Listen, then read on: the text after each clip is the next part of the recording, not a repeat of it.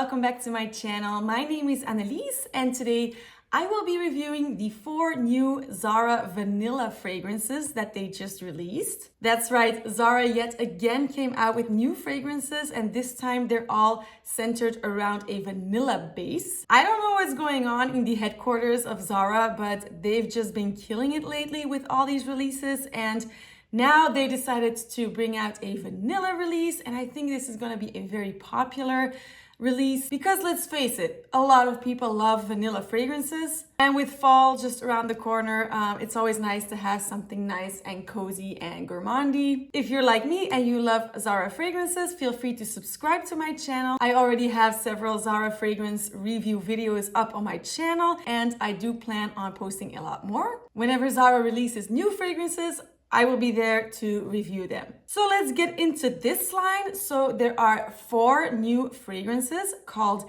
Hypnotic Vanilla, Supreme Vanilla, Starlight Vanilla, and Vanilla Vibration. These come in small bottles of 30 ml and bigger bottles of 80 ml. The 30 ml bottles retail for 13 euros in Europe, 18 US dollars and 20 Canadian dollars. And the big 80 ml bottles retail for 23 euros, roughly 36 US dollars, and roughly 40 Canadian dollars. I'm gonna start with the one that I loved the least and then work my way through them to my favorite one. And the first one is called Hypnotic Vanilla. By the way, these have not yet been listed on Fragrantica, so I cannot put the whole Fragrantica note and accord thingies up on the screen. I just had to use whatever is written on the boxes and of course my own nose. So Hypnotic Vanilla is described by Zara as addictive and hypnotic, a radiant feminine bouquet embraced by the richness of golden vanilla. And I know what you're thinking. The name Hypnotic Vanilla, is it reminiscent of Hypnotic Poison, which is also a vanilla-based fragrance? And the answer is yes. This is absolutely a dupe for Hypnotic Poison by Dior, a very iconic fragrance that has been around for, I think, maybe even 24 or 25 years or something like that. But this one, I have to say, is sort of like a simplified Hypnotic Poison. So I do think they're close enough to be called dupes, but it is less. I don't think this is a very well-rounded scent, to be honest. So you get the vanilla, obviously, and then you get that very typical Hypnotic Poison type of almond with also a little bit of florals. So there's no denying that it is reminiscent of Hypnotic Poison. I used to actually really like Hypnotic Poison. Then I heard a lot of people say that it had a Play-Doh smell, which once you know that, you can't really unsmell that. So now I do get the Play-Doh, but I still think Hypnotic Poison is great. This one, you know, it's a lot cheaper, obviously, but I don't really think it grasps the magic of Hypnotic Poison. Like I said, it's a little simplified. If you wear Hypnotic Poison, you can maybe get this one just to bring with you to top off. I don't know exactly what it's missing, but it's like it's trying to be Hypnotic Poison. You know, it smells like it, but you can really smell personally that it's like a cheaper dupe. You know, it does smell like it's not really that well-rounded, but it's not bad at all. But you have to like the Hypnotic Poison DNA. If you don't know what that one smells like, it's basically a almond vanilla fragrance. And yeah, so a lot of people think it smells like Play-Doh, and it sort of does, but I don't really think that it smells like bad Play-Doh. By the way, I read somewhere in a fragrance group on Facebook that I'm in that somebody compared this to Alien Goddess by Mugler. It is absolutely not a dupe or reminiscent of Alien Goddess by Mugler. Don't think it is. It's absolutely not. It is definitely Hypnotic Poison by Dior. But yeah, I can't really say much more about it. That was Hypnotic Vanilla. The second one I will be reviewing is called Supreme Vanilla. This one is described by Zara as a feminine and sophisticated fragrance, An ink accord associated to a pink sugar note sublimates a captivating vanilla with notes of tonka beans and cedar wood. So as I'm going from least favorite to favorite, this one is second, but I do think actually that this one might be considered as the best one by a lot of people. I do think this one is going to be the most popular one of the range. So the opening I did find to be very alcoholic, so you do need to get past that. It's very boozy at first. By the way, all of these I do highly recommend giving them a full try before deciding, because I do think all of these in the opening smell different than in the dry down, so keep that in mind. So yeah, at first very alcoholic, then in the dry down it sort of reminded me a little bit of Aquolina's pink sugar, which I don't really like, to be honest. I have it, I don't know why I have it in my collection. I guess I just fell for the hype, but I don't like pink sugar. I think it smells like a very synthetic, licoricey, bad sugar. But then when the dry down was further in, let's say, or it dried down even more, then it really started to remind me of Kayali's Vanilla 28. It really smells like a full-blown vanilla, sugary, bourbony, like a vanilla extract. Do you know the ones, the little bottles? I don't know if they have them in the States or Canada, but the brand is called Dr. Utker. I think it's German or something, but they have these little bottles of vanilla extract, and it's actually called vanilla bourbon extract. And this fragrance smells pretty much exactly like that. But yeah, if you know what I mean, the stuff that you use when you're making like a banana bread or something, it really smells like that. So this is basically a full-blown vanilla. It doesn't really have a lot of other notes. I mean, tonka, sugar, I think they're different notes, but I do think they're all sort of in that same category, that same family of notes, you know what I mean? The cedar wood does sort of come through in the final dry down, giving it a little bit of a masculine touch.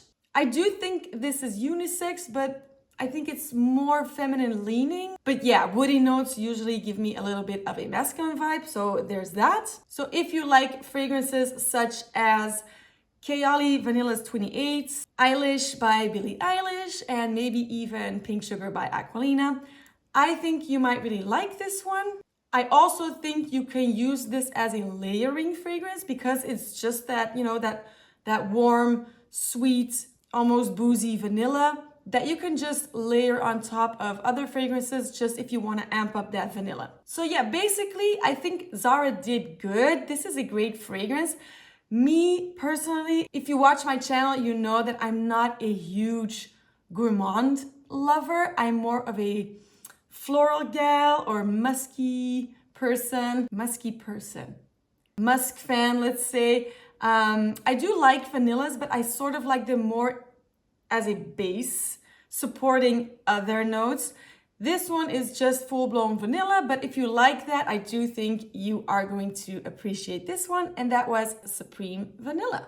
Next up is called Starlight Vanilla, and Zara describes this fragrance as the purest abstraction, an exquisite nectar of almond and tonka bean dressed in an enveloping ambery vanilla signature. Okay, so this one was the first one that really started to pique my interest, as you immediately smell more than just vanilla. I gave this a spray and my first thought was, okay, this one actually smells like a perfume. The opening is very typical perfumey, and actually like a perfume, like a very classic perfume, a perfume maybe that was created in the 90s or the early 90s or maybe even the late 80s.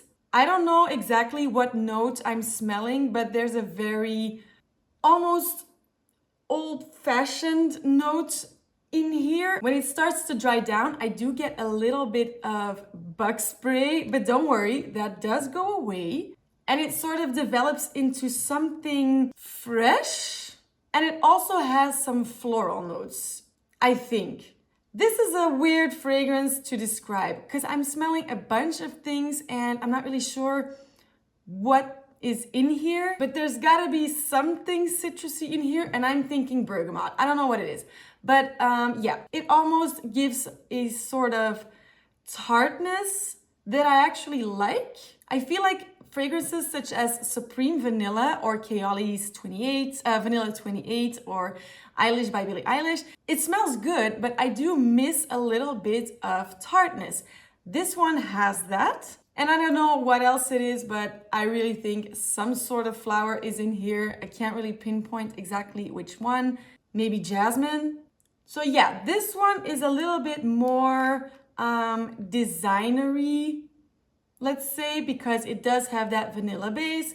It has some sort of floral and it has some sort of citrusy, I think bergamot. So that type of DNA does really remind me more of, you know, a little bit more of a typical perfumey DNA. So where the vanilla is there, but it's a supporting note and it's not just all vanilla. But then in the final dry down, it does smell like a very classical, typical, perfumey perfume. I think it's nice. I do think that it would suit someone of a certain age better. I'm thinking like 45 and up, which is actually nice because I think Zara already has a lot of very youthful scents. So this is a little bit more mature. So yeah, that's nice, but I don't think it's for everyone. I don't really think this is a safe blind buy. None of these are safe blind buys. But you know, like I said, if you know that you like certain fragrances such as Hypnotic Poison or Vanilla 28 by Kayali,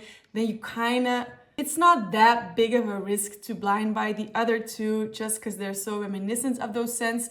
This one might be a dupe for something, but I don't know what it is duping, if even. If you know what this smells like, or if this even smells like a well-known fragrance, let me know in the comments. I would love to read it. But yeah, I do like it, but again, this one you definitely have to test first. And that was Starlight Vanilla. And then we have reached the final one, which is definitely my personal favorite, and it is called Vanilla Vibration. This one is described as a charming vanilla nectar, irresistibly infused with the woody scent of papyrus and powdery iris flower. So yeah, for me personally, by far my favorite. This one, you know, papyrus is actually a pretty unique note. I know there are already fragrances that have a papyrus note, but it's not something that you come across that often. I don't think Zara ever used it, maybe in the men's fragrances, I don't know. You do smell that papyrus instantly, and I think it smells absolutely gorgeous. There is definitely a bit of a masculine vibe to this fragrance. I do think it's pretty unisex. I would actually dare to say in the middle. And that's also because of that iris. I think iris is a beautiful note and it is very often used in masculine fragrances. So yeah, I think it's very nice. And it actually reminded me of another Zara fragrance that hasn't been around that long, which is Tuesday Totally Terrific. This one is a part of their weekly mood collection that has been around for, I don't know, 6 weeks or 8 weeks or so now.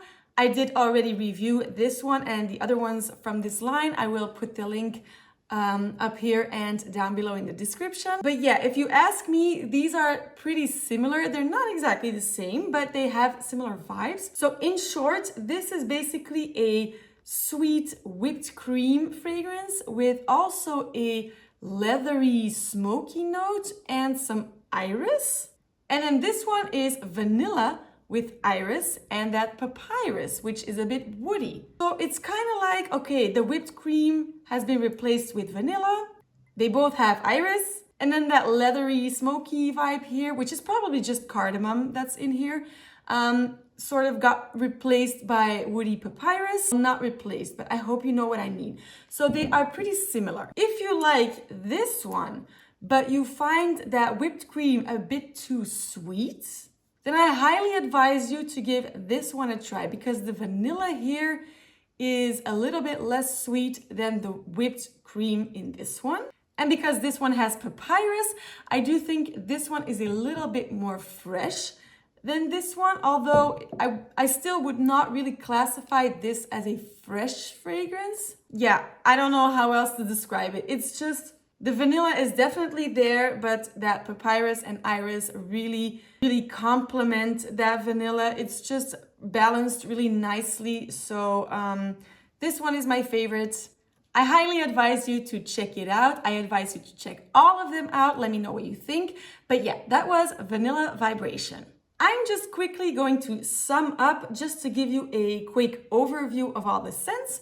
So at first we had Hypnotic Vanilla, which is basically very hypnotic poison-like. So it's sort of a almondy vanilla. Second, we had Supreme Vanilla, which is reminiscent of very vanilla, sweet, heavy fragrances such as Kayali's Vanilla 28 and Billie Eilish. Starlight Vanilla, a very classic perfumey, if you know what I mean when I say perfumey, but perfumey fragrance with a vanilla base, but it also has some florals, I think. And then finally, Vanilla Vibration, which is reminiscent to Tuesday Totally Terrific, also by Zara. It's super interesting papyrus, iris, vanilla that is totally unisex. And that is it for today. That was my review of these 4 new fragrances. Please let me know in the comments what you think, if they remind you of some other fragrances. I would love to hear. I read all of your comments. And again, if you like Zara fragrance reviews, feel free to subscribe and give me a thumbs up on this video. And I will see you very soon for the next one. Bye.